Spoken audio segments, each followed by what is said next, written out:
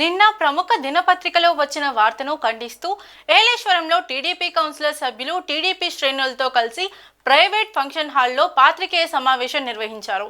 ఈ సందర్భంగా మీడియాతో సమావేశంలో 6-18వ వార్డు కౌన్సిలర్లు కోనాల వెంకటరమణ, ఎండగుడి నాగబాబు మాట్లాడుతూ అవాస్తవాలు ప్రచురించే ముందర నిజానిజాలు తెలుసుకుని వార్తలు ప్రచురించాలని వారు మండిపడ్డారు. ఇళ్ల నిర్మాణాల పేరుతో లబ్ధిదారుల నుండి డబ్బులు వసూలు చేశామనేది అసత్యమని, దీనిపై ఏ దేవుడిపై ప్రమాణం చేయమన్నా చేసేందుకు వెనకాడబోమని వారు అన్నారు.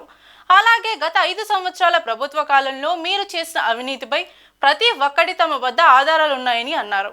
ఇప్పటికీ ఎవరికి ఉపయోగపడిన స్థలాలను అధిక ధరలకు కొని వాటిని జగనన్న ఇళ్ల స్థలాలకు ఇచ్చారని, కానీ పేదలకు ఇచ్చిన ఇళ్ల పట్టాలే ఉన్నాయి కానీ వాటికి సంబంధించిన ఇళ్ల స్థలాలు ఎక్కడున్నాయో ఇప్పటికీ తెలియడం లేదని వారు అన్నారు.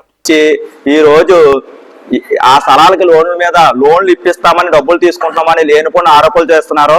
ఏలేశ్వరం నగర పంచాయతీలో ఏ ఒక్క ఎన్డీఏ కార్యకర్త గాని, కౌన్సిలర్ గాని, నాయకులు గాని లోన్ ఇప్పిస్తానని ఆరోపణ నిరూపిస్తే ఎక్కడ ప్రమాణం చేయమంటే అక్కడ చేస్తామని ఇది ఎవరైతే రాశారో వైఎస్ఆర్ కాంగ్రెస్ పార్టీ అయితే వారు అవ్వచ్చు, సాక్షి దినపత్రిక విలేకరు గారు అయితే అవ్వచ్చు, నిరూపిస్తారో ప్రమాణం చేయడానికి మేము సిద్ధంగా ఉన్నాం.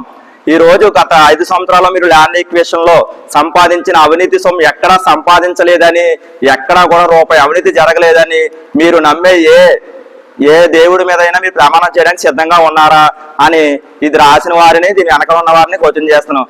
అంతేకాకుండా అవినీతి ఏ శాఖలు అయితే బాగా చెయ్యొచ్చో ఆ శాఖని అసలు సంబంధం లేని ఒక డ్వాక్రా మహిళ మెప్మా డిపార్ట్మెంట్ లో ఎటువంటి పదవి లేకుండా సంబంధం లేని ఒక పదవి సృష్టించుకొని, మెప్మా చైర్మన్ అని ఒక పదవి సృష్టించుకొని ప్రతి డ్వాక్రా గ్రూప్ దగ్గర కమిషన్ తీసుకున్న వ్యక్తి కూడా ఈ రోజు సాక్షి దినపత్రికలో జగనన్న కాలనీలో అవినీతి జరుగుతుందని రాయడం జరిగింది.